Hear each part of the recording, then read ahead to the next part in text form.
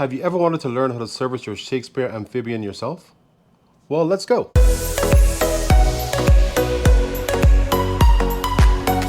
What is going on, guys and gals? Today we have a Shakespeare Amphibian small spinning reel that will show you how to break down, service, and reassemble with some tips and tricks along the way.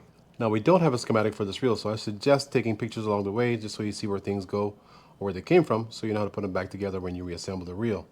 I'm going to start with taking this spool off by backing up that drag knob and popping it up. And now we'll take the handle off, and we'll see that it's a pass-through handle because that knob is turning as I turn the handle. So we'll back this off. This also is counterclockwise. And we see under there we have a washer that's on top of that. Now we're just going to pull the handle out and set that to the side. Now let's go ahead and start with the spool. We'll pull that drag knob off. We'll expose the drag stack, but also see a clip or retaining spring that's in there. We'll take our small screwdriver, stick it in one of those gaps, push in and up while we keep our finger over this so we don't have this flying out. And we'll just pop that out. Now we can remove the stack and see what that looks like. And we see how that looks. Now we're just going to clean these drag washers up a little bit because they're kind of shiny. Now I'm not saying you can't use oil on these because this is kind of a, feels like a papery kind of drag washer. But we'll see that this bottom metal drag washer is curved. So we want to make sure we note that that goes on the bottom. Let's go ahead and clean this stuff up. I'm just using a paper towel as you see here because it doesn't need a whole lot in terms of cleaning. If you wanted to clean inside, the spool, you can just use a paper towel as well because this is not so dirty. Just kind of wipe around it and get some stuff out of there. Alright, so now to reassemble this, we're just going to take this metal drag washer, the curved one, have it going in with it facing down or the bell facing down. We're going to take some oil, add it just a little bit to these washers. Note that as these drags compress, that oil will spread out, but I'm going to wipe the back and front on here. But I certainly don't want too much on there. Now we have this metal keyed washer. You see the little slot in the middle. Drop that in. Next drag washer. Then we have our aired washer. They go in two little slots that's right across from each other. Like that.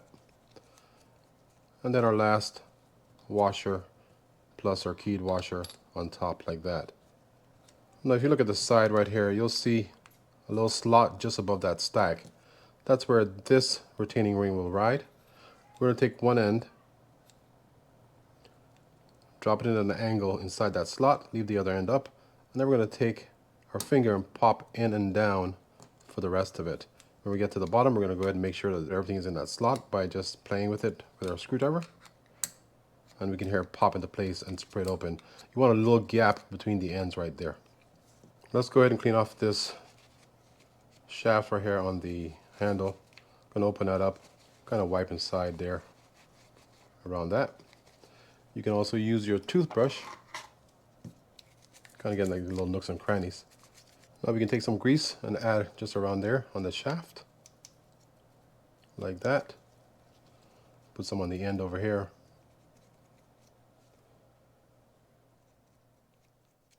And some in that hole.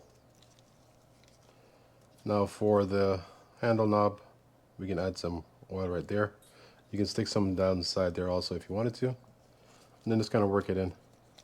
As we get to the rotor, to remove it, we're going to remove this click gear plus that washer on top of it. We're just going to pull up on it, like so. And then we're going to do that lock screw that we see right there.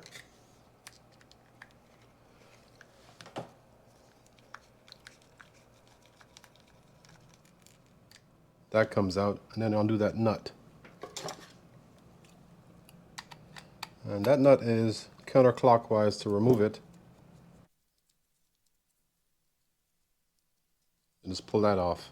And to get this rotor off, we're going to rock and pull up at the same time. And we expose some things under there, but what we're working on right now will be the rotor and this bail assembly right here. Now to get these things off, we're going to undo some screws here. I'm going to start with this one. This is the bail side, so we see that we're pinching down on this bail arm so it doesn't go shooting up on us as we remove this screw. Now we can just gently lift it up to relieve the tension that's on there. And we can undo this cover by removing that screw right there. You can pull that off. And we expose a few things under here. We have that little blocker weight. The spring, note that the long end is facing up towards the bail arm. And then you have your trip arm, which is this. And that just looks like that. Now this came out, but what it came from was on this side. And the way you remove it, or even put it back in, is you stick it in perpendicular and then rotate it down. So I'm just going to rotate it up and pull it out. Now we can take this off. There's no load on this one, so we don't need to hold anything down. We can just undo the screw. But we do know that the screw for both sides are the same. Now to get this line roller off, we're going to undo this screw here.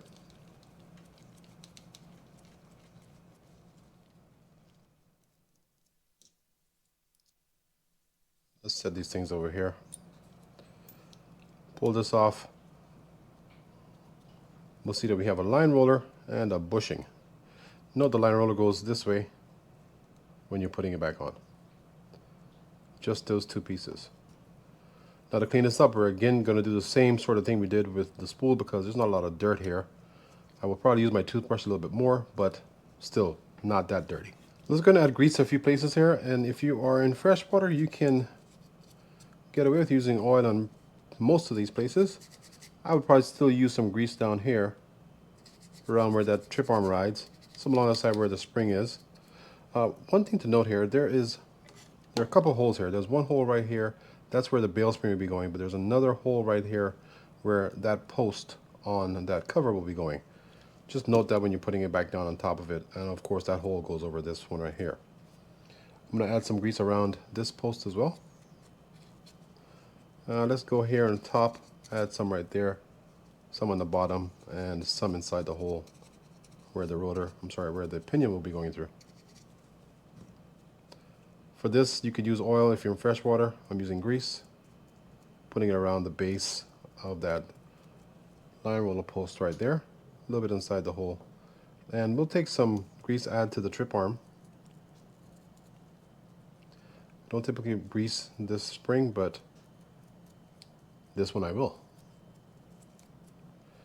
I think we could grease this too if we wanted to. We'll call it a counterweight. Just helps balance the rotor out. And the one thing you note about that counterweight is that when it goes in, that little slot right there will be on the right side if you're looking at it from my angle. I'm going down over looking at that with the gap in line. So let's start with the trip arm. We'll take this, drop it inside there just like that. I'm going to set that down for a second, and for the bail arm, notice I'm not attaching the bail wire to this yet. Let's add some grease around this post right here, and even some right around there. I'm going to stick a little grease right here where that hole is. That's where the long end of that bail spring will be going. It just helps keep it in place. But you can also pinch it down like this, and then I'm going to stick it inside that hole right there, like so. Then kind of bring it around, and I'm going to push down at an angle until it falls in place. Now I'm going to pinch it down and hold it together so it doesn't pop off on me. But one thing you're going to note here before you do that is, before you put this bail arm on, you want to make sure that trip arm is all the way to the top so that it falls in the proper slots when this bail arm goes on. Now we can screw this in. Snug that down, and now we can take this little weight right there, stick it in there, and then we're just going to pop our cover over it. Like so. And then secure it with the screw. Now for the line roller, we're going to take this. I might add some grease to the outside of this bushing. I'll add some grease inside that line roller. Stick it on the position that we had initially, which is this right here. And now we're going to take our bail arm. We're going to kind of balance that together and then screw this in. So I'll stick this through there and then just find the hole and screw it in. Now even when I get to here, I'm not going to lock this down to where this is stuck. I'm going to back this up a little bit, and it's because we want to give the bail wire room to sit properly when we attach this side. So a couple things we'll do here. We'll grease that post inside that hole. Some right there if we wanted to. We'll do some here around that little notch. Stick it in sideways like this, then rotate down. Put it over the post and then screw it in. We'll tighten down all these screws right here, including this line roller, since everything is set. Now we're going to test it out. And we see that everything works properly. Now when we get to the body of the reel, we can go ahead and pull this straight up. You'll know that there's a spring inside there with that hooked end facing down going towards the main gear. So if you took this off, you want to make sure you put this back in that orientation. I'm not going to take anything else off here. I just didn't want to have that falling off when I was on doing this. We're going to undo this screw first here at the bottom. This is for the rub guard. That screw right there might be shorter than the other ones. Then we'll undo those 4 screws on the outside. We'll double check the screws to make sure they're the same size, since we don't have a schematic for this one. So let's pull them out in the order that they came out. And so far it's looking like they are, so that's good. Now we can pull this off like so. And I'm going to pull this main gear out. I did want to get that block as close to the bottom as possible to create some gap right here so I can pull that drive gear out. But now I can undo this screw.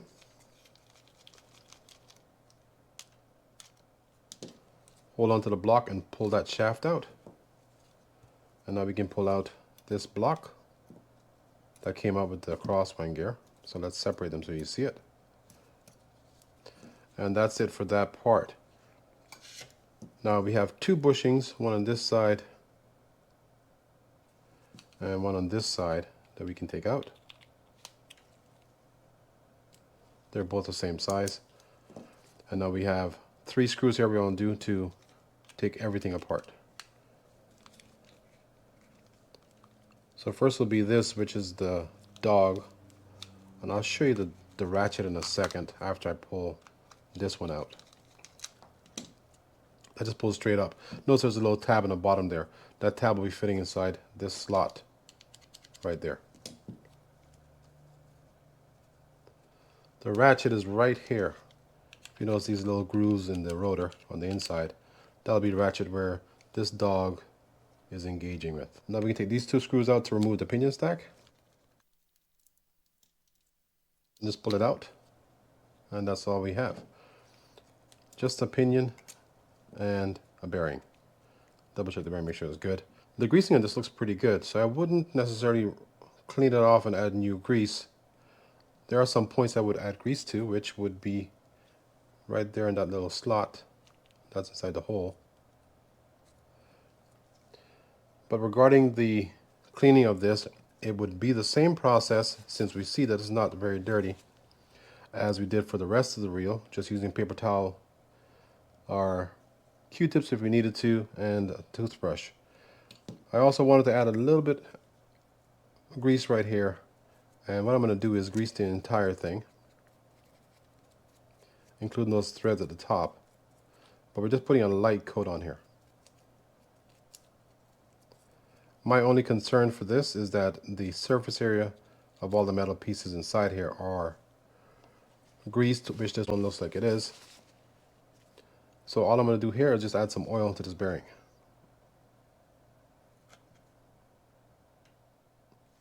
We'll pick that up and pinch it and then work it in. Then we're going to reassemble this pinion stack. Put that straight back over it. We'll add some grease inside here where that pinion sits. Typically this is the place that will get frozen, even on plastic or graphite housings.